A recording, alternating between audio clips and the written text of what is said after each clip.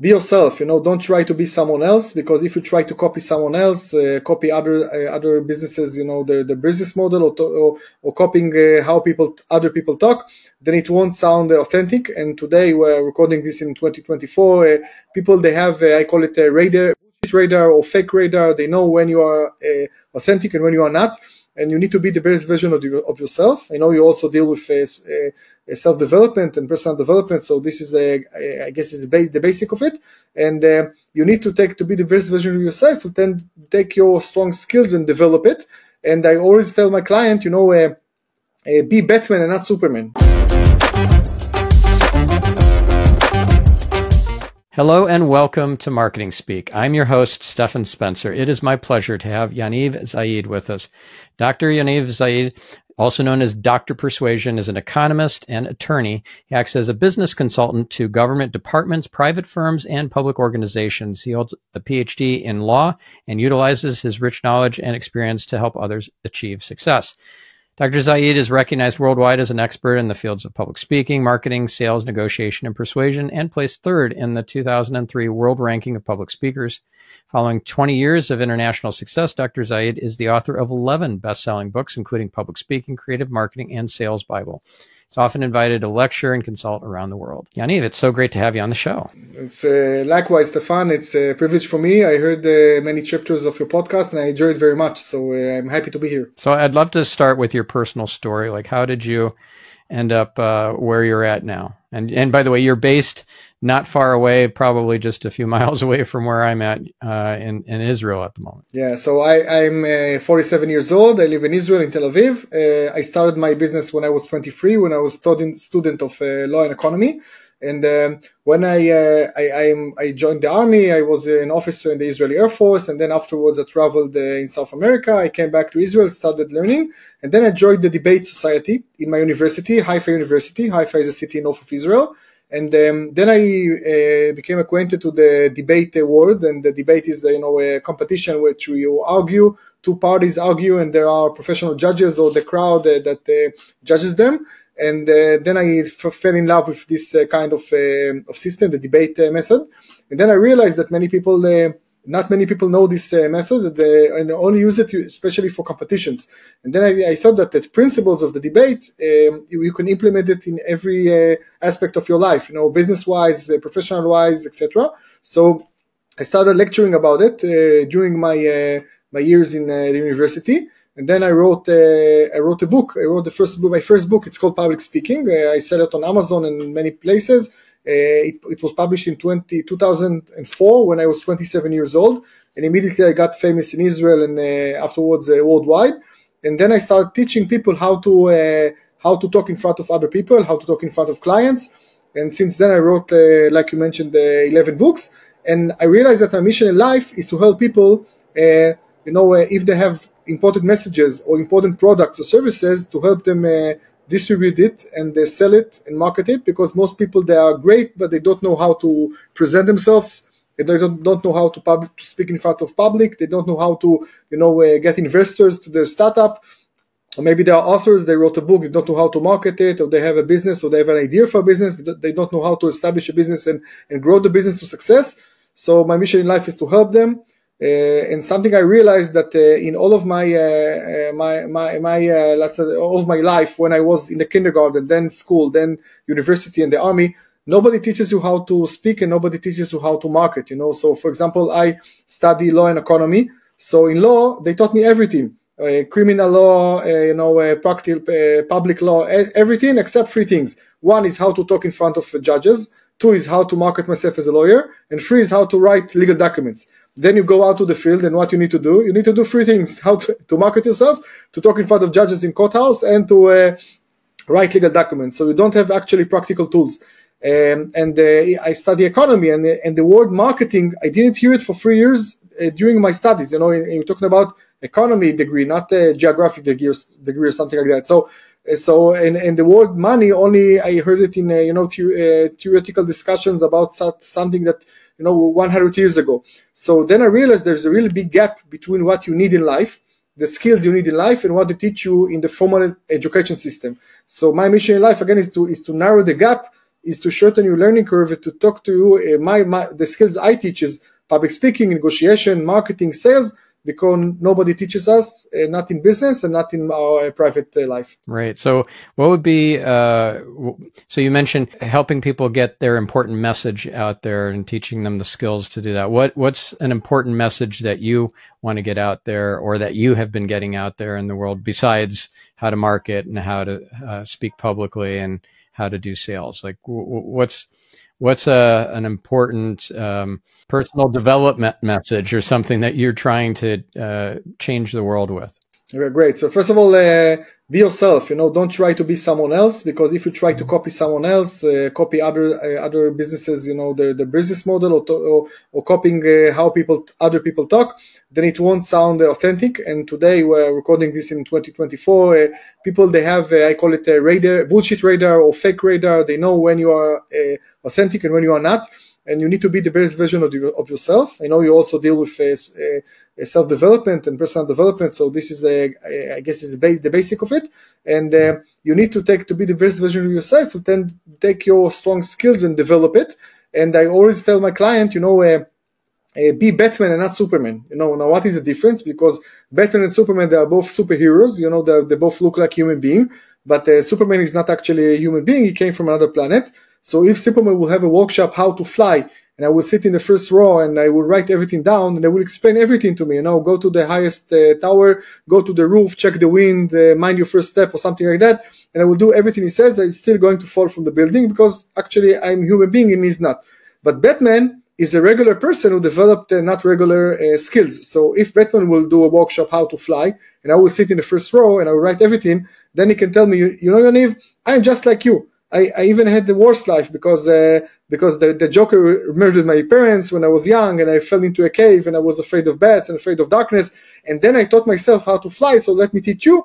Then I can relate to them. I can relate because they are like me. So be the best version of yourself. Be Batman, not Superman. And this is one tool, one main message I teach. And second of all is to be very optimistic and very mentally strong, because I think it's today is very essential. As a speaker, we are lonely, it's you against, not against, in front of the audience, And if you're a business owner, then you're lonely. You can have employees and partners and colleagues, but at the end of the day, you are lonely at the top of the pyramid. So you need to have lots of mental health and to be mentally strong. Especially, by the way, in Israel, we have, you have wars and we have other challenges. So we have a good economy, and we have, we're a startup nation, but still we need to be very strong and overcome lots of obstacles. And the environment, a lot of times, are very pessimistic all over the world. I always talk about the news. So I'll say, when you open the news, let's say 8 o'clock, 9 o'clock, then PM, they will tell you good evening, and then they explain to you for an hour why it's a bad evening. So you need to be very, very optimistic, even if the environment is pessimistic. And another thing is, and this is something about marketing, it's sell the problem before the solution, because most people, when they present themselves or the products and services, they will sell the solution. They will talk about their comfort zone. For example, if I'm an engineer, I will talk to you about the technical aspects, about the code, about the software, not about your needs as a client. So I always tell my clients, against your instinct, if you would like to sell more and get higher prices, and market yourself in a better way, then you need to focus on the client, not on yourself, and you need to sell the problem before the solution. If you'd like, we can elaborate. That's great. Those are very powerful tips. So what would be maybe a case example of a big success, one of your clients perhaps, or a reader of your book, Public Speaking, who went from maybe shy and anxious in front of audiences, not a very powerful speaker, to somebody who really commands attention and respect in front of large audiences? Great question. First of all, I have 21 years of experience, and I have thousands of people that I consulted to, and many hundreds of companies that I consulted in 4 continents. So I have many success stories. You can check my website, people can see testimonials and others. But I guess I believe that everyone can improve. themselves. For example, if you talk about public speaking, then I have hundreds of people that suffered from stage fright, or they didn't talk in front of people well. Then they even ran off talking to people. If they have, even if they have the opportunity, they said no. And I taught them how to talk about themselves. Again, not to be someone else, not to try to be Barack Obama or Bill Clinton or whatever character role model you would like, but to be themselves. And let's say if let's say your grade is 50 and you would like to be 100, so maybe 100 you can be because nobody is perfect, but you can aim to 80. Okay, and if your basic grade, in public speaking is, let's say, 70, you can reach 90. So you need to improve yourself all the time, and you look at the gap, to narrow the gap. So I believe everyone can improve themselves. Even in sales and marketing, many people say that I don't want to sell myself. I don't feel comfortable marketing myself, and I teach people how to do it in a soft way, soft sales, not hard sell. Hard sell is when I tell you should buy now, definitely you should buy now. This is the product for you. Buy, and then it may be a little aggressive. Many people they don't feel comfortable with it. So I teach soft sale. Soft sale is just, I'm not selling you anything. I will just tell you stories and you will buy. And what kind of stories? My stories, personal stories, stories about the product, stories about the service, success stories, failure stories, whatever. I teach people how to do it. And then many people that were afraid of sales and marketing or didn't feel comfortable, they learn a way how to do it.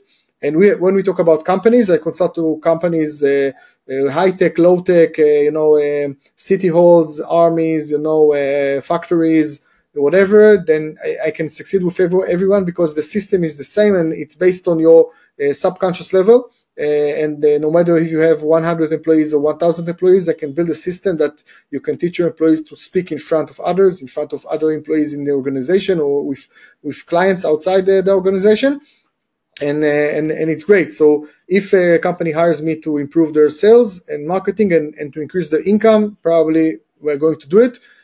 Sometimes very, in hundreds of percent, or sometimes in 20-30% more, but we'll definitely have a success because there are the little things that create the big results. Yeah. So what is your system? What can you walk us through your framework for making those kinds of improvements inside the company? Yeah. First of all, if you talk about companies, so you need to identify the target audience because many companies, they don't, they just try to sell to everyone. And if you try to sell to everyone, eventually you sell to no one. And you need to address target audiences. It's called the avatar in marketing, the ideal client meaning that you will have fun working with this client, and also he can pay you, or he or she or it can pay you money, enough money like you would like to charge. So you need to have a combination between the fun and the money part, and you need to identify, maybe sometimes you have few avatars, few ideal clients, but first of all, we start always with defining the target audience. If you're talking about lectures, I work also with authors and lecturers and speakers all over the world. So usually my first question is, who is the target audience of your lecture? This is what I ask you. Yes, also, who is the target audience of the podcast? And many times they just think about it for the first time. They say, okay, my company gave me a presentation to build or lecture to provide, and I now thinking for the first time, who is the target audience? So you build all your lecture according to the target audience. So this is step number one. Step number two is identify the messages, the main messages that you have in your company. What is your relative advantage as a person or as a company? And again, most companies or most people, they don't know how to explain it good. Sometimes you are very good at what you do, but if I tell you, okay, please explain to me what you do, or please explain to me why it's important, then you don't know how to do it. And number three is, I mentioned, sell the problem, not the solution. So I always ask, and we work on it, what is your client's problems? Because the bigger the problem is, the more willing the client will be to buy from you. So, for example, if I'll give you a regular example. If you take a regular bouquet of flowers and a bridal bouquet, flowers for the wedding, then if you take a regular bouquet of flowers, I can charge, let's say, $100. Okay, but if I call it a bridal bouquet, flowers for the wedding, I can charge between $300 and $500 to the 3 to 5 times more for the same flowers. Now, those are the same flowers. What is the difference? The need. Because when I buy flowers for the wedding, I'm not actually buying flowers. I buy the winning image, the winning picture, the winning image of a queen for a day of the bride. and all the vibe of the wedding, and I buy the winning picture of it, they will take photos. So 10 years from now, the bride and groom will sit with their kids and they will look at the photo album and they will say, oh, look how beautiful mommy was. And 30 years from now, they will sit with their grandkids and say, oh, look how beautiful grandmother was. So this is what I buy when I buy flowers. So again, if you identify exactly what are the problems and needs of your clients, then you can relate to it by when you present the solution, and then you can sell more and you can sell in higher prices, and then you can reach more people. So those are the three main questions. Again, it's who is your target audience, what are their problems, and what are your messages as a solution. And then we go to the marketing plan, where your ideal clients are, where they are online and offline. How do you reach them? By the same messages by heart or by marketing writing. And then we can start developing the plan of marketing and sales. And what does that plan look like? Because I interviewed Alan Dibb, who wrote the one-page marketing plan, and that was a huge best-selling book, hundreds of thousands of copies, maybe even 1 million copies sold, something like that. And that's very appealing. That's a great promise. That's a great message that you can distill down your marketing plan to one page. So, and I've also seen marketing plans that are dozens of pages long and they don't get implemented and they're overwhelming and people get lost in them. So I'm curious what you consider to be best practice in terms of a marketing plan.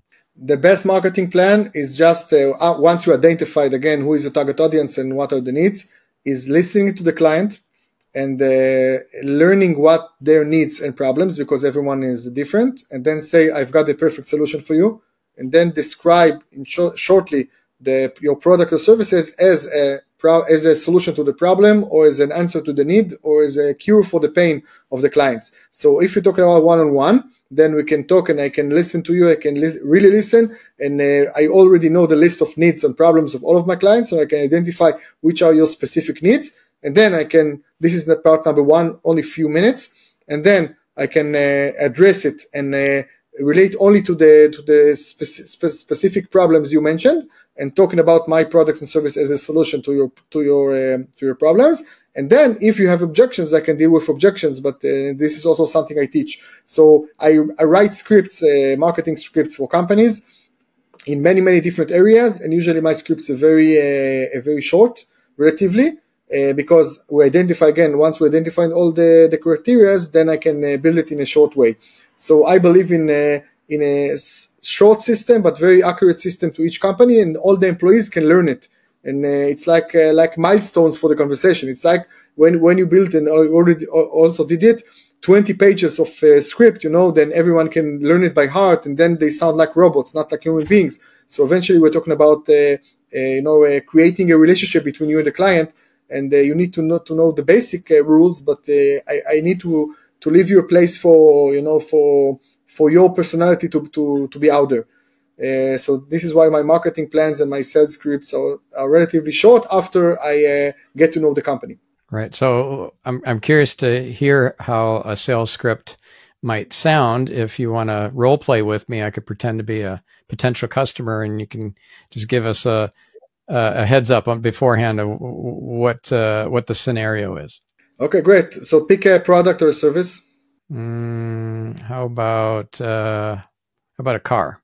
Cars. Okay, great. First of all, I helped car companies. By the way, we talked about to be authentic. So if, for example, I can sell cars, if I'm a salesperson, I can sell cars and I can sell perfumes, I can sell flowers, I can sell workshops. And I don't need to understand, I can sell cosmetic products. I don't need to understand exactly what are the chemical ingredients of the cosmetic products or how the engine of the car works. I just need to understand why do you need the car? Why? Let's say, by the way, I help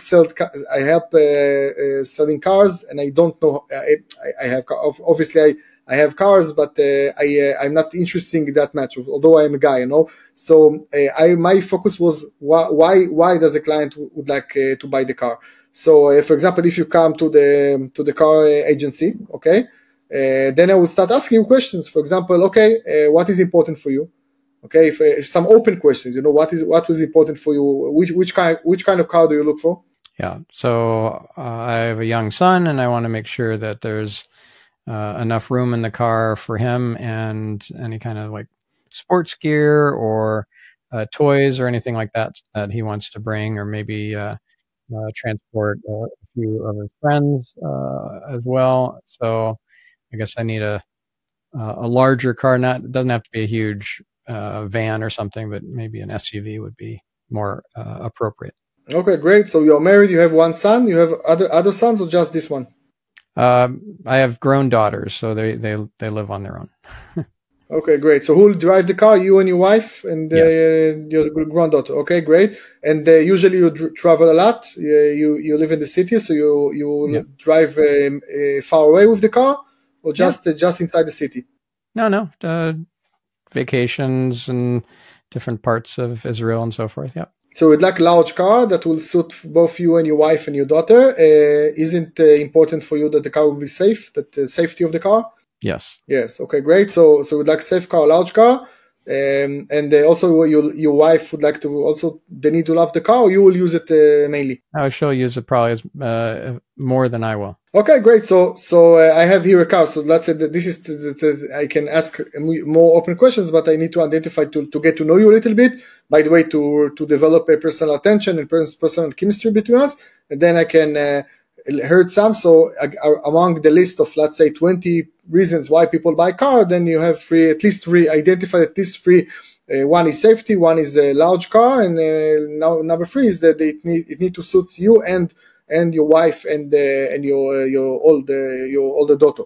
Okay, so now I can say, okay, great. So I have a great solution for you. This is the model I recommend as an expert. By the way, every salesperson, every manager, sales manager, marketing manager, they need to think of themselves as experts, and they need to deliver the message that they're experts in front of the client. Because if you think that this is my first day in my work, then you won't take my tips which car to choose. But if you think that I do it for many years and I've seen many clients like you, and I got many testimonials, positive testimonials, etc., then you say, okay, this guy knows what he's talking about.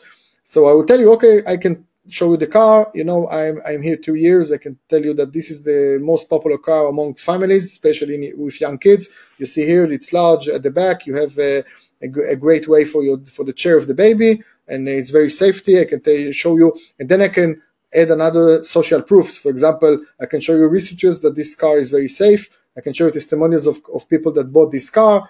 I can tell you that this car alone, I sold 40 cars like this in the last month. So I will give you some data that this is something that operates at the subconscious level. I show you things, and then at the conscious level, you say, okay, great, I trust this car, or I trust this guy.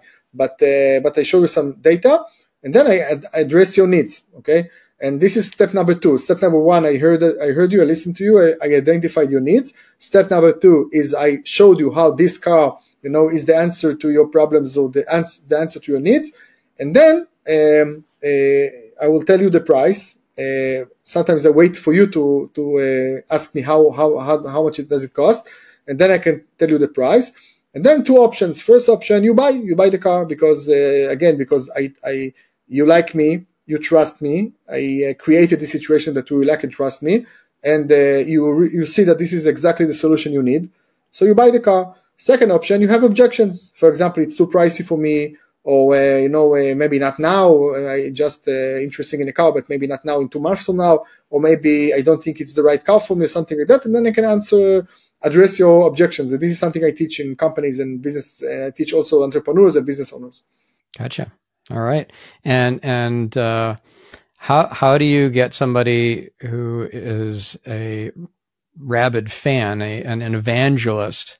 They're not just buying the car or the widget or whatever from you and then disappearing. They're telling their friends all about you and sending you business. So first of all, every client and potential client, I would like. This is something I teach all the time during my lectures and workshops. How to create a positive vibe and positive situation in any situation. Positive. Let's say feeling to the other party. So even if you buy the car and you didn't buy the car, whatever, you need to feel good with me. You need to feel better with me after the meeting with me than before the meeting with me. So first of all, you need to create a positive experience.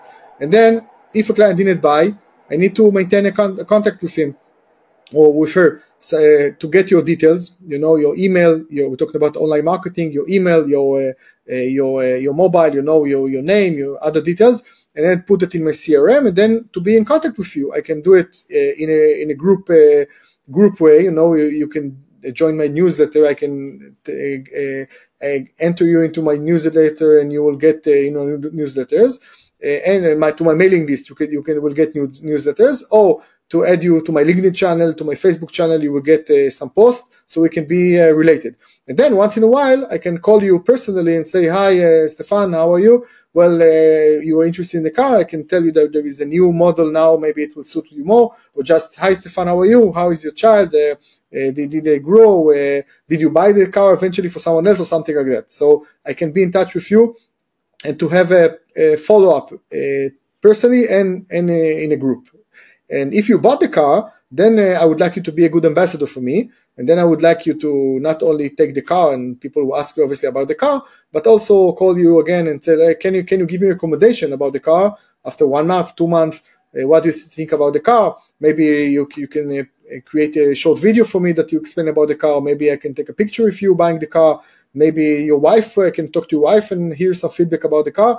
And then I can take this data, this content, and put it in my website and my LinkedIn channels, Facebook channel, YouTube channel, etc. So this is something I can use. That's great. That's great. So let's look at what it takes to be, let's say, on TV or on the radio, like to be in front of media, not just on a stage somewhere in front of an audience of people in person, but you're actually beamed out to all these people's homes on the television.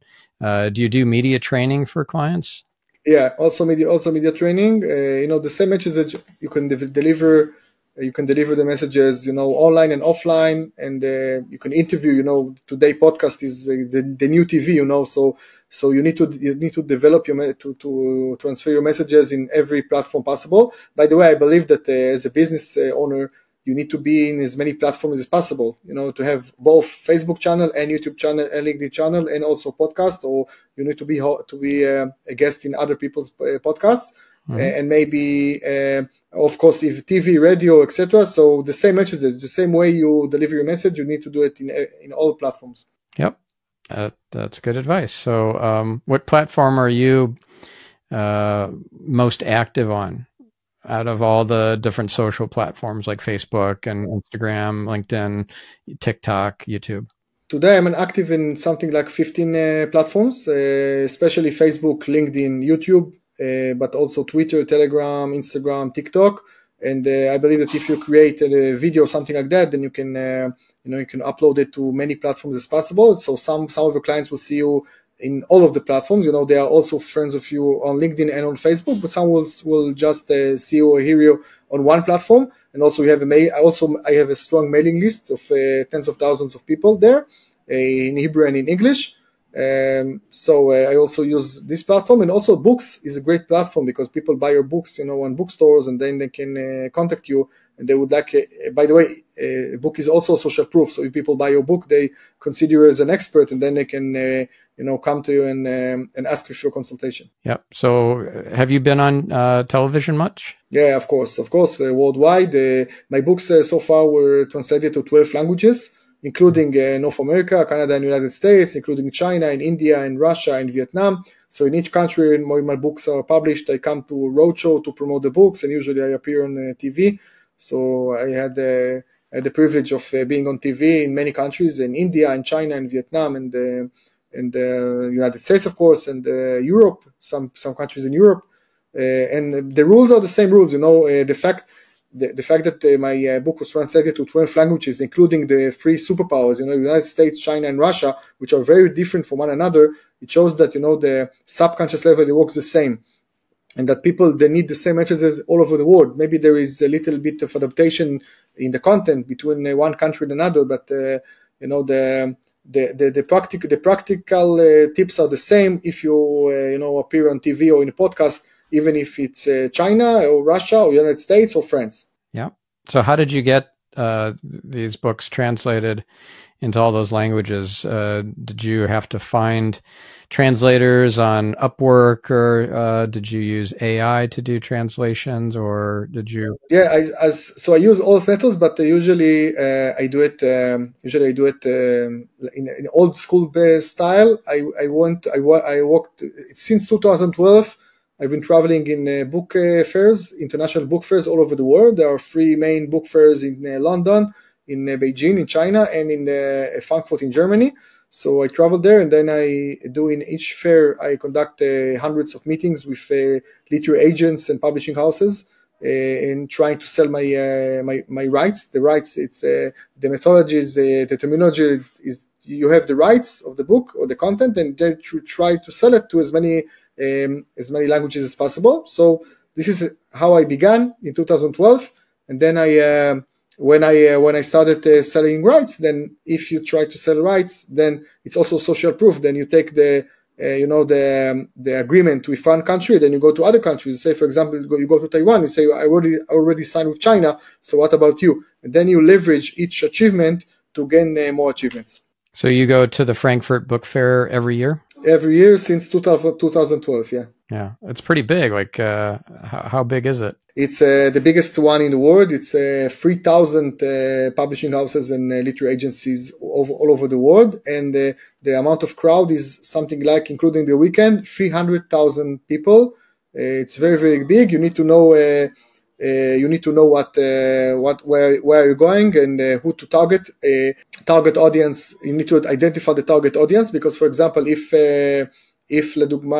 for example you go to the big book fair and you have thousands of publishing houses, you need to identify who is relevant for you. For example, I'm doing business books, so I need to seek for publishing houses that deal with business, how-to books, self-help books, self-developed books, etc. And then among 3,000, I only can focus on 300.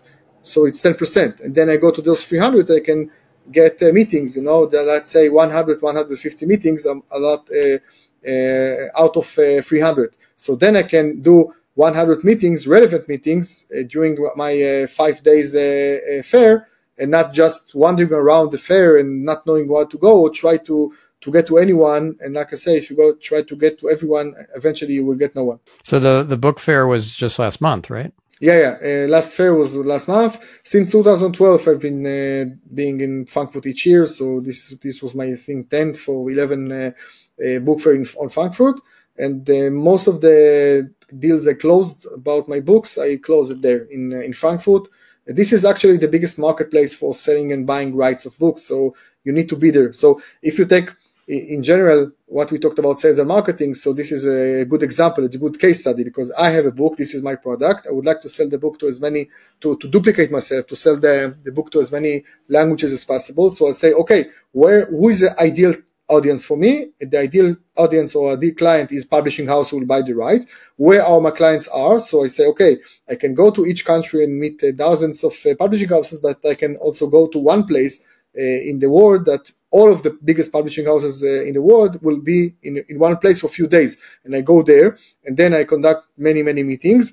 And I also deliver the message, because you need to know what they are looking for. So basically, usually they're not looking just the good content. They're looking also to see that you're a good presenter, that you can help promote the book, that you can help them online and offline, that you have also a big community that you can share the success, that if they publish your book, for example, an Italian publishing house, they will publish you in Italy, then you can go to Italy and help them promote the book. So this is something I care about it a lot, especially when you have such a competitive market in books, but it's relevant for any other market. So how did you get 100 meetings before arriving at the book fair? So I don't get 100 before. I send emails to hundreds of publishing houses, and then just few respond, let's say 3, 5, 8, and then I come to the conference, and then I have also a list of the list of relevant publishing houses, and then just going around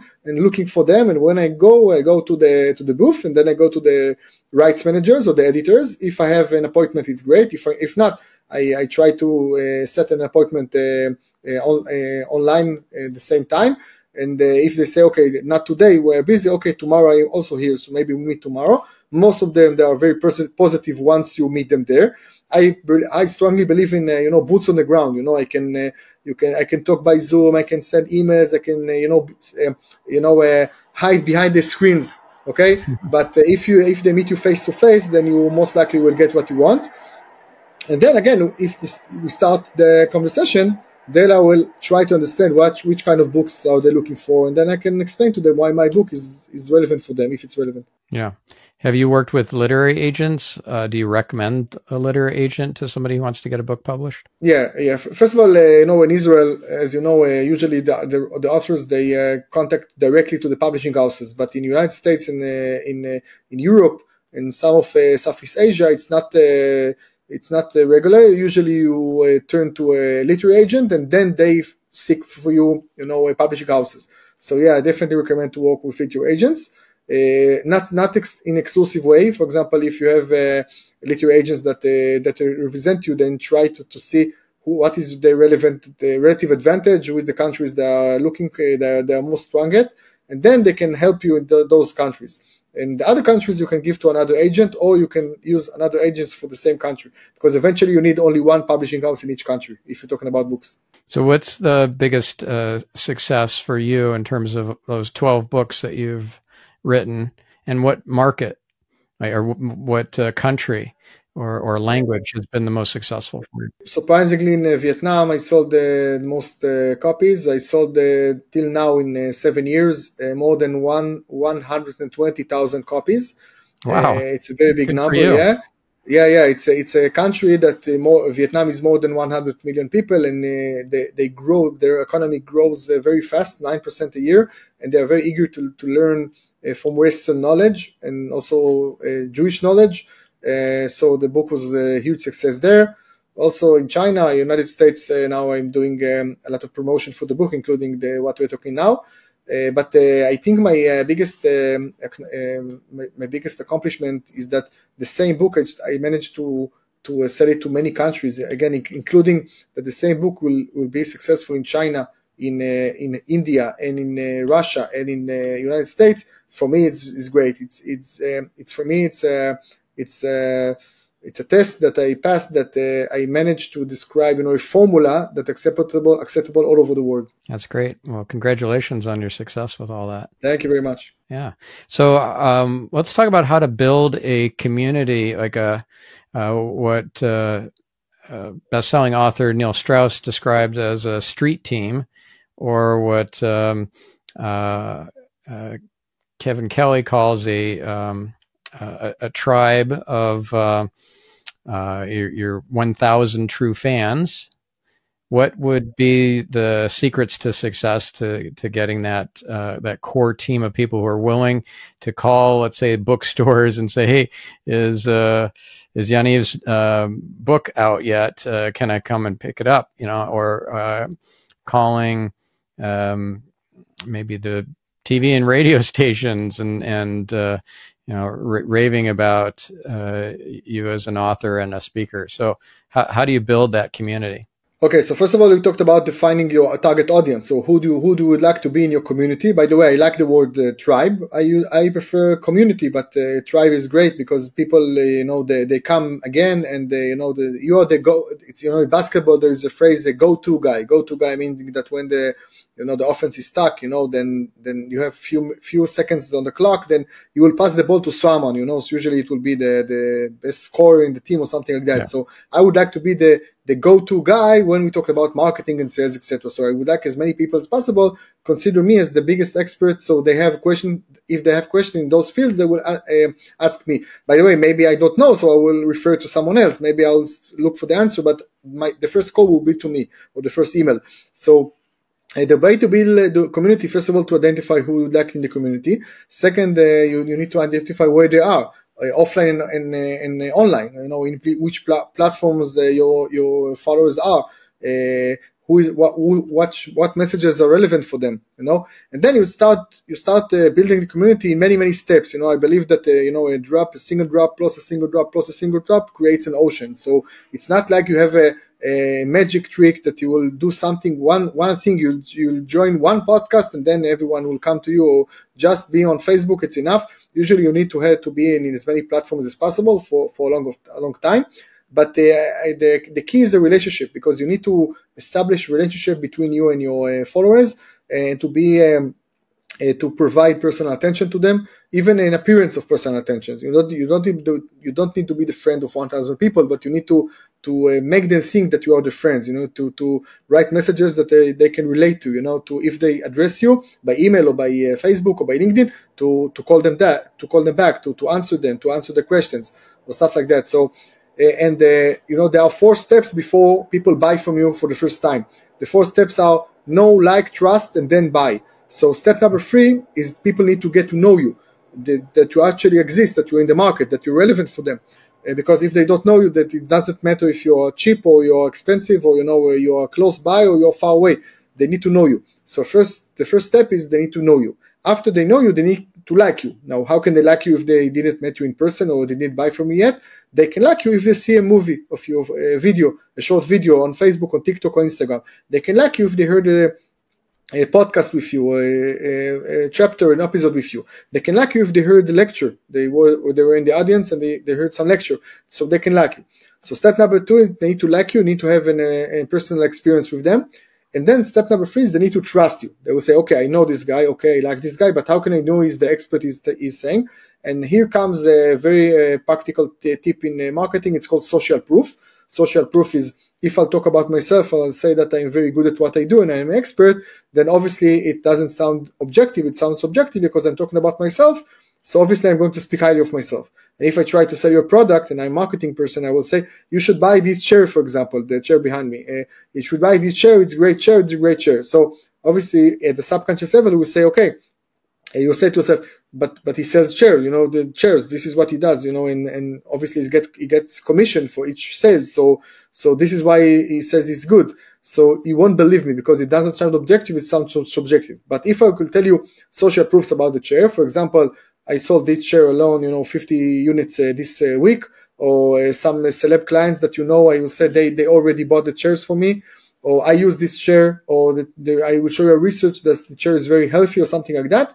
Then you probably buy the chair and you feel more comfortable. So step number 1 is that people need to get to know you. Step number 2, they need to like you. And step number 3, they need to trust you. And only after step 1, 2, and 3, then comes step number 4, they will buy you for the first time. And when they bought from me for the first time, then I would like to join my tribe, to join my community. I will get the details. Like we mentioned earlier, I will follow up with them. I will send them emails. I will send them newsletters. I will maybe offer them friendship on Facebook or LinkedIn. So I would like to be relevant to their life. So I will be the first choice when they need to ask something about marketing and sales and negotiation. Yeah. And how big is your tribe? Well, in Hebrew, I have first of all, my books, I sold more than 300,000 copies worldwide. Most of the people I have contact information. In Hebrew, I have something like 40,000 people. In the rest of the world, I have a similar amount of people. If you talk about social media, I have totally, again, a few tens of dozens of people. And I try all the time to get to more people, to reach more people. It's part of the reasons I'm participating in many podcasts. I would like to provide value to as many people as possible. And some of them hopefully will join my community, my tribe, and they will listen to me. And first of all, they will get free information. I have in my website, drpersuasion.com, I have many videos and many articles and many things, many content I will give.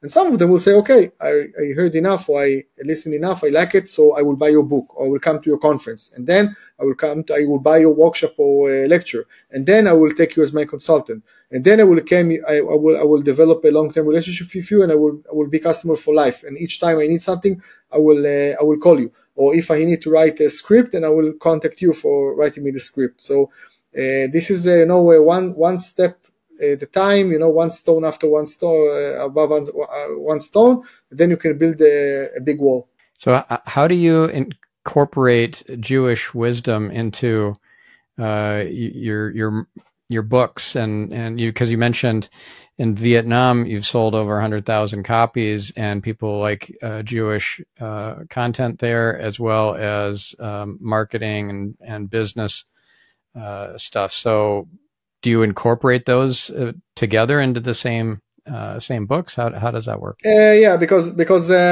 first of all, I'm proud Israeli all over the world, and I'm proud Jewish people, a Jewish person all over the world. And what I realized in my wandering all over the world is that people, they love Israelis, they love Jewish people, and in Southeast Asia, in the Far East, they even admire Jewish people. Most of them, they didn't met Jewish people, but there is a myth about, the Jewish wisdom, the Jewish negotiation, the Jewish parenting, the Jewish memory.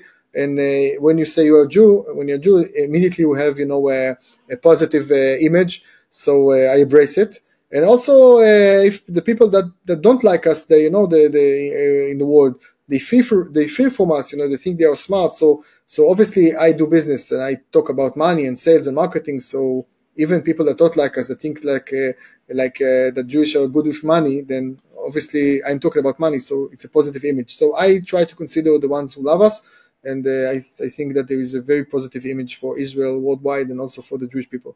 Let's talk about a concept in Judaism that's very important and how that relates to marketing. And specifically, I want to talk about tzedakah, or charity, and tithing, and how important that is in Judaism. It really is a foundational cornerstone of success for business owners, and I'd love to hear more from you about that. First of all, in Hebrew, in the Judaism, it's the common behavior is if you have profit, then you can donate 10% of your profit. It's called maaser. 10% of your fortune, of your revenues, you will donate it to others, and then the universe will treat you well. And good things will happen. And I believe that this is part of being in a community, not just your family, then your city, then your country, then the world. If you're fortunate enough to succeed in life, it's not just about you; it's also about the ecosystem. For example, to pay taxes, I strongly believe in paying taxes, and I enjoy paying taxes because paying taxes meaning I'm successful. And I also say that I live in a Western country, a modern country, a liberal country, so we have a unique ecosystem in Israel, for example, also in the United States, that if you succeed, then you pay lots of taxes because there is a system that supports you. Because if I will do the same thing and I will be born in Africa, I won't have the same conditions that I have in here. So also tzedakah or donation, I work also with an organization. I teach them how to get donors. And I can tell you that sales and marketing, the same principles applies here as well, because you need to know how to convince people, how to persuade people to donate. People donate money for many, many different reasons, emotional reasons, practical reasons, tax reasons, many reasons. So you need to identify what are the reasons of this person, and then you can tell them how the donation will be the solution to their problems or the answer to their needs. And the bigger the problem, the more money I'm willing to donate. The bigger the need, the more money I'm willing to donate to others. So obviously, I believe strongly in helping the society and donating to society, but also you need to convince people, and also in sales marketing, it's the same. Have you ever seen it's a short documentary from Beryl Solomon. It's called "In God We Test." Yeah. Have you seen that? Yeah. So it's a great video. I'll include it in the show notes for this episode. So he explains tzedakah and how important it is, and it's not about looking backwards of what you made over the course of this year and then taking 10% and then tithing that or donating that to charity. It's about looking forward to what you believe and have faith that you can make and will make, God willing, and then 10% of that, and then you pledge that and you start donating that like weekly or monthly, the portions of that add up to the 10% of the year ahead. And magically, miraculously, this is how money works. Yeah, you make that kind of money that you'd never thought before possible, but you made a commitment, you made a pledge to start donating to that level. And amazing. I think it's yeah. It's amazing. It's part of the Jewish ecosystem, that we help each other, and it's worldwide. We help each other. So this is part of the magic or the secrets of the Jewish business persons. But again, I see myself as not just Israeli and Jewish, but also a citizen of the world. So I talk about global principles. I bring obviously the unique perspective of myself as the Israelis and Jewish people, but the principles are the same. And if I can use in a positive way the fact that I was born in Israel, it's grateful. It's great. Now, last question before we wrap up here. So you're on the show because you had somebody pitch me to be on your show. I had not heard of you before. And you said that earlier that podcasts are an important part of your media strategy. It's not just about getting on TV. It's about getting on podcasts. And I'm curious how you find shows, how you utilize a team, because it wasn't you who pitched. It was somebody maybe that you've contracted. I agree, but first of all, it's the same way like marketing your books. First of all, you identify the target audience. So once I realized I need to be on as many podcasts as possible, all over the world, European podcast, American podcast. Then I did a list of categories I would like to be in. For example, marketing, sales, negotiation, etc. And then I also believe in outsourcing. So like I use literary agents to find me publishers. Then I used a company. It's called the Authors on Mission. They work with authors. They have actually approached me once my book was published in the United States, and they offer their help to connect me with relevant podcasts. So we sat together, we build the marketing materials, we build a list of relevant podcasts, and then they started looking according to this list. And your podcast is called Marketing Speak. So obviously, I guess this is why they picked they found you, because they looked for keywords like marketing and sales and negotiation and public speaking, etc. And then they show me the podcast, the relevant podcast. They say, okay, you need to approve if you'd like to be on those podcasts. This is by the way, we talked about social proof. This is the ranking of those podcasts. This is the resume of the host. So you need to approve it. And then I looked at the link and I saw your podcast. I listened to a few chapters. I enjoyed very much. I approved the podcast. I confirmed, and then we scheduled the interview. And for me, this is I win twice. First of all, I have the privilege of delivering the message to as many people as possible, to your audience as well, that people that don't know me yet, like you didn't know me before. And second of all, I can do some marketing on the way, and then maybe a few percent of the people that will listen to us now will contact me through my email. I will give you my email or my website, or they buy my book, and then I can again grow my community, grow my tribe, and meet more people. I think that the secret number one for marketing and sales is love people. You need to love people. You need to love your audience. For lectures on speakers, I always say you need to love your audience. If you love your audience, they will love you back. And for salesperson, I say, and marketing managers, you need to love your clients. If you love your clients, they will love you back. Because if you handle people all day, you must love this job, and you must love people. And I will tell you, because I love my clients, I will share from you my private information. So I have a direct mobile. It's 972-54-800-1200. And I have a direct mail, an email. It's yaniv@yanivzaid.com. It's YANIV@yanivzaid.com.